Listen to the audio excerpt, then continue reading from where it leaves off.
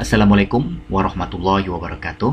Halo semuanya, peserta TOEFL Prediction Test yang diselenggarakan oleh Mubarak Science Institute. Pada kesempatan kali ini, saya akan berbicara sedikit tentang panduan tes kali ini. Mohon didengarkan dengan seksama dan mudah-mudahan teman-teman bisa paham.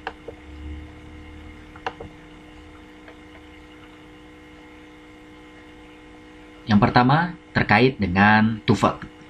TOEFL adalah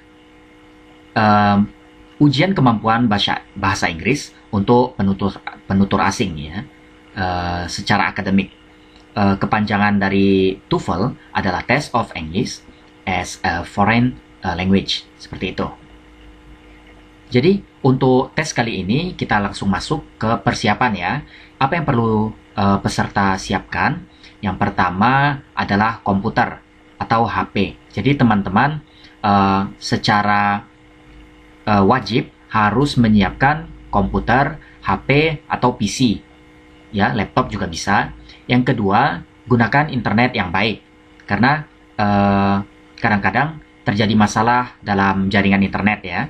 Yang ketiga, alat tulis. Jadi karena memang waktunya cukup panjang, jadi teman-teman diharapkan menyiapkan alat tulis seperti pulpen dan kertas untuk mengisi jawabannya. Kemudian jika telah selesai nantinya akan diupload ke lembar kerja online. Seperti itu.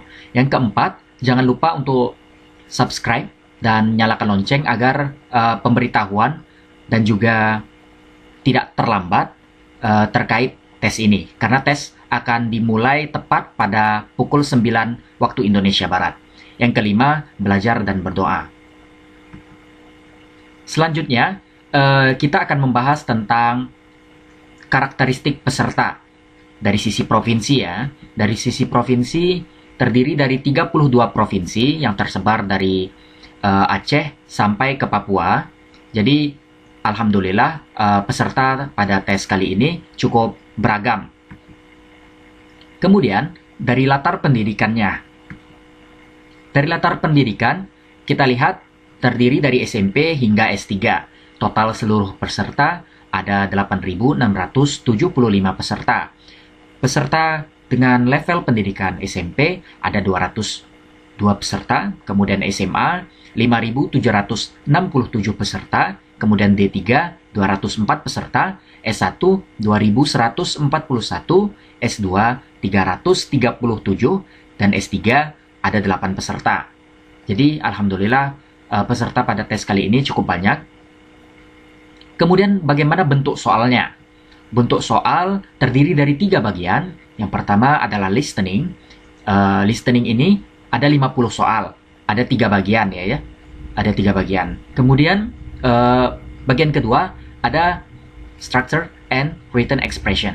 Jadi ada 40 soal yang terdiri dari 2 bagian. Bagian pertama itu adalah bagian mengisi bagian yang kosong. Jadi ada pilihan, dari pilihan itu mana yang tepat untuk mengisi bagian titik-titik nantinya. Kemudian pada bagian kedua, pada bagian structure and written expression, itu ada beberapa kata, dan di antara beberapa kata itu ada satu kata yang salah. Jadi teman-teman bisa pilih kata yang salah untuk menjadi jawaban dari bagian kedua ini. Kemudian pada bagian ketiga pada tes ini ada reading ya. Reading ini terdiri dari 50 soal, terdiri dari 5 bacaan, 5 bagian ya. Jadi ada bacaan pertama, ada beberapa soal, ada 9 sampai 11 soal, bacaan kedua ada 9 sampai 11 soal, bacaan ketiga dan bacaan keempat, serta yang terakhir bacaan kelima. Jadi total seluruhnya ada 50 soal untuk reading ya. Kemudian waktu tes.